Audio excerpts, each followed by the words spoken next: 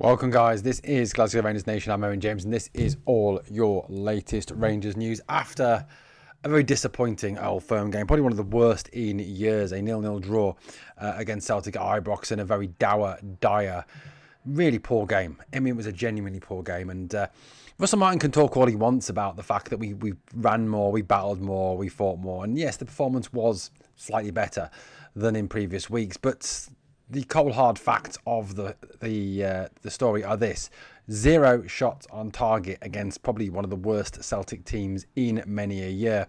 There's about 98 minutes we played in total, and we could not fashion one single shot on target. Yet in his post-match interview, he has the nerve to stand there. Manager of a Rangers team that have yet to pick up a victory this season. Manager of a Rangers team with only 4 points from 12. Manager of a Rangers team that have spectacularly failed to start the season in the right way. And say, oh, we've had the most shots on target or most shots in the league. Well, actually, that's not actually true. Statistically, Motherwell have, but there we go. Russell Martin can believe what he wants. Perhaps all those mushroom stroganoffs have finally gone to his head. You listen to his post-match, you listen to what he's got to say, and the more you listen to him, the more convinced you are that he has to go. Interesting that he was booed off the pitch by fans. I don't know if you caught that, but at the end, as he walked up the tunnel, or walked towards and then up the tunnel, there was an audible boo from the Ibrox crowd for Russell Martin. Yeah, I know that Andrew Kavanagh has spoken. I know Andrew Kavanagh seems to think that he is not going anywhere. But the sooner that Parag Marathe and Andrew Kavanagh, who both looked extremely fed up after the game, realise that this man is nothing but a fraud, a charlatan, and one of the worst managers in this club's history, and actually do the decent thing and get him into their office and say, "You are fired. You are useless. Get out of our club," the better for Rangers.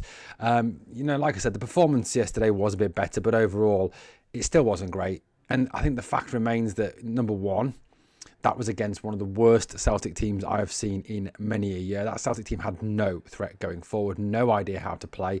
They were slower and more boring than we were. They played absolutely appallingly badly, and they were genuinely there for the taking. And what is irritating is that they will probably go on to win the league this season. And it's another wasted opportunity for Rangers. And another thing to take into account, guys, is beating Celtic was never really an issue. We did last season. We played them 4 times, beat them twice, drew with them once, lost to them once. We only lost 1 game to them in the whole of last season. It wasn't the Old Firm games that lost us the title. It was the rest of the time. And I fully expect that, come the next SPL game, which won't be against Celtic, we'll probably go and either draw or lose that one and play appallingly badly, because obviously there won't be the fire, the intensity that an Old Firm derby brings, which we've seen in past occasions, especially last season when things were bad under Clement, when things weren't great under Barry. We had the fight, we had the bottle, we had the ability to fight then and get up for those games. But, again, it's happened this season, and again, I don't think it proves anything. It really genuinely doesn't. And I honestly still believe that this man needs to go. He genuinely cannot manage a football team. He really, really can't. And the sooner he is gone, the better. Now, obviously, the post-match interview did uncover a couple of interesting things. One interesting, one sad, and one tragic, I think, is the best way to look at it. Obviously, the first thing that came out of the post-match interview that Russell Martin gave yesterday was the fact that he spoke about the fact that Cyril Dessers had played his last game for Rangers. Dessers, a player who has always divided the fan base. Those who think he's absolutely brilliant, those who think he's absolutely terrible, and those that generally couldn't give a monkeys. I've got to say, I personally still don't think that he is anywhere near good enough for a Rangers number 9. I still think, yes, he may have scored 52 goals in his time with the club, 17 assists. However, his misses are famous. The goals that he has missed, the chances that he has missed in crucial games at crucial moments. And a lot of the goals that he scored have come at times when it really didn't matter. It was all in games we were already 2-3-0 up. Goals that really didn't carry any meaning. You go back to the misses, for example. The first season he was here, the Ross County game away, where he misses 2 or 3 key chances, all of which could have won us the game. A game we went on to lose. Both Hearts games, the one at the end and the one at the start of the respective seasons. Again, lots of misses. He genuinely had missed an awful lot of crucial chances that could have made a difference in a number of seasons. And also, again, a player who had about as much understanding of the offside rule as the love child of Ted Lasso and Fashion Sakala. So for me, Not not sad at all that he's going, not upset that he's going, not at all worried that he's going. In fact, quite relieved. In fact, it's actually made my year to understand that this player will never play for my football club again. Now, it is not AEK Athens that he is going to. It is Panathinaikos, the team that we beat in the Champions League. Rui Vitoria's team apparently have agreed a £3.5 million fee, which seems strange considering that was allegedly what was offered by AEK Athens, and Rangers turned down as they were allegedly trying to stick to their guns and get €5 million for the player. It now seems that that is not the case. It was thought to be around €4.2 million, which is around £3.5 million, the fee agreed between Rangers and Panathinaikos. I mean, it was always, I think, the case that once, Dessus came back from playing for his country, he wanted to move to Greece. He wanted to get that move. Initially, it was with AEK. Now it is with Panathinaikos. So he will depart the club. And I think that was kind of expected with all the links and the stories around strikers that there was at the club over the last few days. Obviously, the Bojan Miovski signing, I think, is the one to replace Hamza, and the links to Yusuf Chermiti, more of that later, is the one to replace Cyril Dessus, isn't it? And I think that is that seems to be the way the club are going. Now, the other interesting thing that came out of the post-match interview was the refusal of Russell Martin to answer repeated questions from the reporters, and also in the post-match press conference to answer any questions as regards Nicholas Raskin. Raskin was left out of the matchday squad and was also apparently not at the stadium, apparently told he was not welcome at the stadium by the club, which sort of kind of raises the question, what on earth has gone on between Raskin and Martin for him to have so spectacularly fallen out of favour. Now, this obviously raises a number of issues. One, our best midfielder is clearly no longer part of our arrogant manager's plans. Why would you alienate and force out a player who is quite frankly the best player at the club and keep around the likes of Joe Rothwell, for instance, who is not fit to either lace or even lick Nicholas Raskin's boots?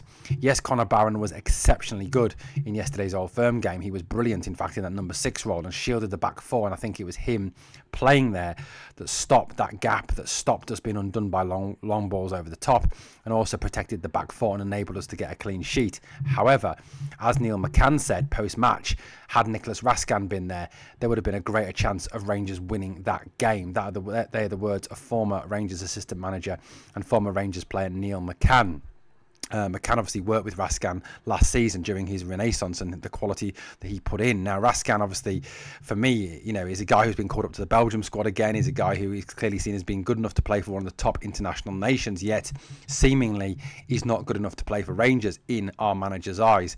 Now, this raises another question. If Raskin is not going to be part of the manager's plans going forward, does that mean that he will be sold before the window closes on Monday? It closes at 7 p.m. today, so the need, I think, is to get him out. Then can we realistically have a player sat on our wage bill, sat there, diminishing in value? And that's the other thing you've got to calculate. If Raskin is forced out and treated appallingly badly by this manager, then his value is going to diminish, because clubs will look at him and go, well, you don't want him, why would we pay you top dollar for him? We'll wait and we'll keep waiting, and then in January we'll get him for like a real bargain fee. So I think the situation that Martin has created, and it is Russell Martin that has created this, is absolutely disgusting. And I think the way that he's handled this whole Raskin situation is pathetic. Now, he was repeatedly asked about this, and every time he was asked about the Raskin situation, he deferred and brushed it off and talked about other things, saying he only wanted to talk about the rest of the squad and the performance today. So quite clearly it was an uncomfortable topic that he didn't want to respond to. But as I said, I think his handling of the whole situation shows what an absolutely dreadful man and manager he truly is. And as I've said numerous times, the sooner he is gone from my football club, the better. But yeah, the Raskin situation is certainly worrying. The other incident that was obviously talked about was the prospective arrival of this man, Yusuf Chermiti from Everton. Martin was again questioned about this, and it seems that this is very much on the cards. Rumour has it initially it was meant to be a loan, but it now looks like a permanent deal for Chermiti, between 8 to 10 million, as reported on yesterday's video.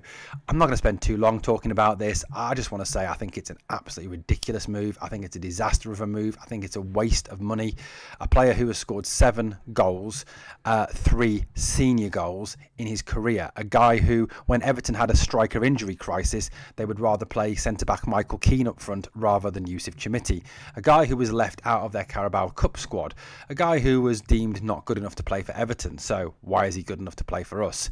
And a fee, yes, I know 8 to 10 million in the grand scheme of things now in terms of Premier League money, with rumours of Alexander Isak going to Liverpool for 150 million, 8 million is chicken feed, but to Rangers it certainly isn't. And I think it's 8 million absolutely wasted by this club on a player who is clearly only being bought to serve some sort of vanity project to rescue Kevin Thelwell's reputation. This is a guy, remember, that Thelwell signed for 15 million from Sporting Lisbon for Everton, and he spectacularly failed there.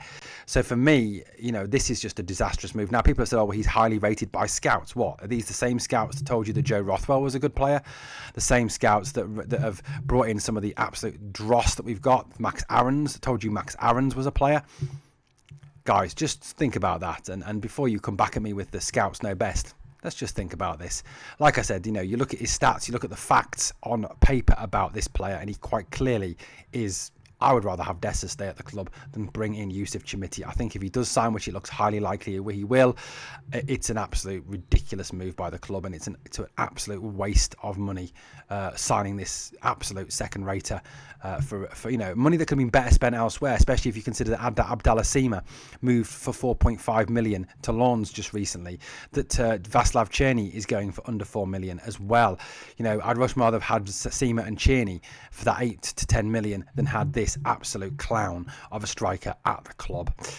On the final note, guys, the other thing obviously that was talked about was the fact that Martin believes there'll be at least a couple more in before the window closes. On the poll that we ran during the live watch along yesterday, people talked about the need for a centre-back. I think that is still very much the need for Rangers. What really fascinates me, though, over the next sort of few days, the next day or so, the next few hours, is who goes out, who leaves the club. I think there still will be some departures. I think there's still a fair few players on this roster that need to be moved along by Rangers. But some very interesting hours coming up here on Transfer Deadline Day. Guys, let me know your thoughts in the comments. If you've enjoyed the video, please smash that like, comment, share, and subscribe.